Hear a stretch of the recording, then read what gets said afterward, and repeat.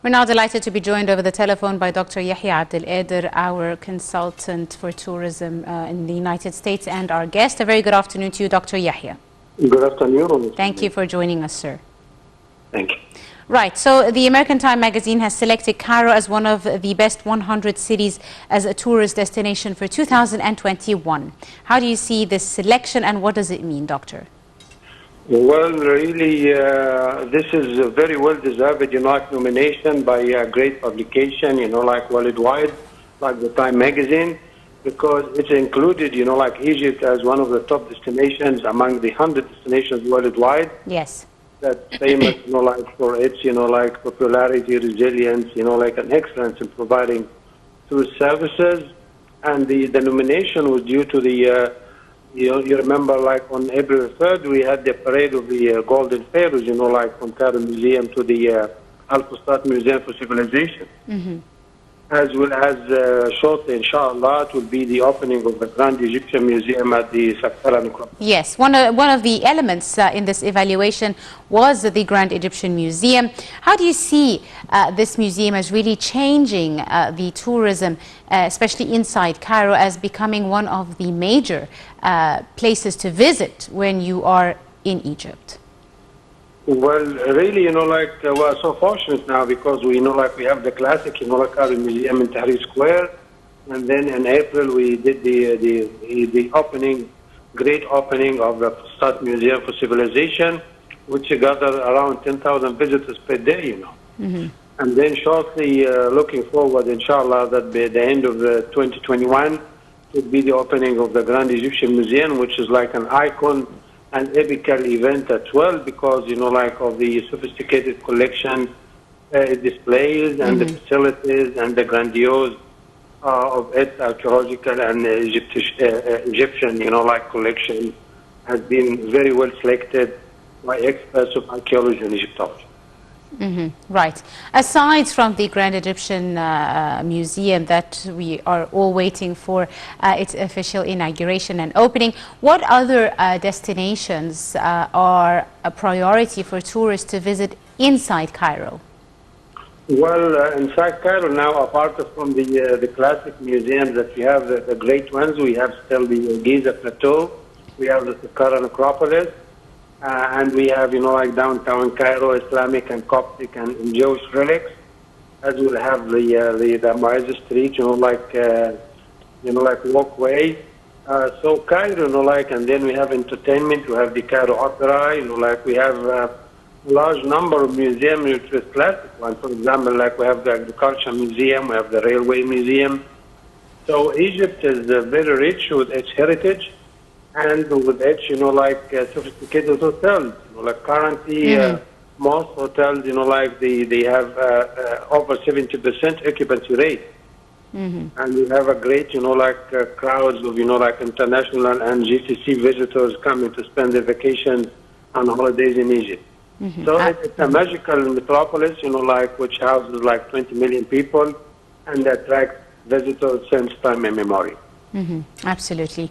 Tell me, Doctor, tourism has really changed over the last few years with the COVID-19 pandemic and how it has affected travel plans, different preparations all around the world to start receiving tourists in full force. How do you see Egypt's preparations in this regard, and how well has Egyptian tourism fared in light of the pandemic?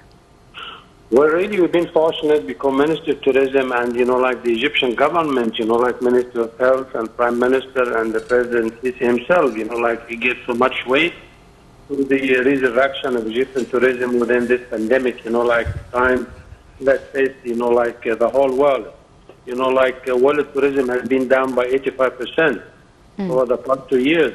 But thank God, like we stuck to the regulations, like and procedure of the World Health Organization, the IATA, and that's why the results of Marsa Alam, Kader, and Sharm el-Sheikh, the staff has been vaccinated, like the facilities has been sanitized.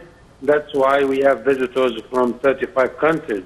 Yes. Plus the night cruises, Luxor and Aswan, and currently we have great influx of visitors to New Alamein, Marsa Matruh and Alexandria beaches in the summer vacation. Mm-hmm.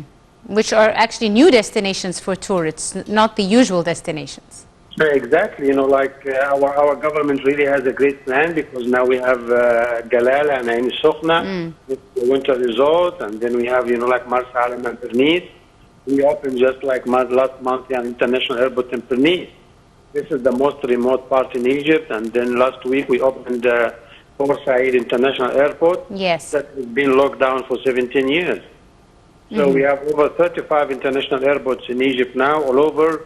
That's why traffic, like inbound and outbound travel is really highly valued, and visitors can come at any time, like of the year. Plus, Yes. we are encouraging now the cruise ships, like, and the yacht industry to come, like, to the Mediterranean and the Red Sea resort. Very good. Now, Dr. Yahya, Egypt also, over the last few years, has added different kinds of tourism in an attempt to diversify the kinds of tourism available to visitors. It's no longer just beach tourism or cultural. We now have other programs, for example, like religious tourism, whether it's Islamic or Coptic. We have different programs, ecotourism, we have sports tourism, we even have business tourism. How do you see the introduction of these new kinds of tourism and programs diversifying the tourism sector and attracting more people from different groups to come and visit Egypt? Yes, definitely, and we have to add, like education and training and learning, because now we have international universities all over Egypt, and they attract a great number of scholars, like, and visitors to study and reside in Egypt. We have the MICE, the Meeting, Incentive, Convention, and exhibitions as well. So, for example, we have lots of real estate exhibitions, like at the Cairo International, Center. We had the book fair last 2 weeks. And we had over 1 million visitors to the International Book Fair. So Egypt is becoming so magnet, like, of many types of tourism because of its heritage, its culture, its attractions, and, like, the facilities we provide, from sophisticated hotels to airport to transportation and communication system to its cuisine. Like, many people come for the gastronomy tourism as well. Right. So really, we need just only to, support, excellent qualities, and that is going to generate more business shortly, inshallah. Absolutely right. Doctor, let's talk a bit about some of the new programs that have recently been highlighted regarding cultural tourism. We've seen recently lots of discoveries, ancient Egyptian treasures all around the country, which have been very well publicized and announced. How do these discoveries further enrich our cultural tourism here in Egypt, enabling visitors who've already come to want to re-come and see the new discoveries of ancient Egyptians? Yes, definitely. Maybe around, weekly, we come up with new discoveries. Yes, like the tombs in Sahara, for example. Yes. Last week, near Abu Qir in Alexandria, Eastern Alexandria port, we discovered a sunken ship, since the Ptolemy IV. This is sunken treasure of Egypt, in Alexandria. So that attracts, lots of visitors from the Mediterranean and Germany who like to come and dive and enjoy these unique relics, which is submerged underwater. And then we have as well, exhibitions outside Egypt, of queens of Egypt and sunken treasures of Egypt that travel worldwide. So our heritage and culture really is a great boost to Egyptian tourism. And with the lots of the discoveries that we had earlier this year, at the Saqqara necropolis as well. Yes, indeed. So really, and I've been shortly to the Al-Fustat Museum of Civilization. It's a grandiose, really, plan. It's very attractive, and visitors worldwide, they love to visit it once, twice, and they are so admired of its display and attraction. Absolutely right. Dr. Yahya Abdel, our tourist expert. Thank you very much, sir, for your time and your insight. Another short break, ladies and gentlemen, and we'll be right back. Stay tuned.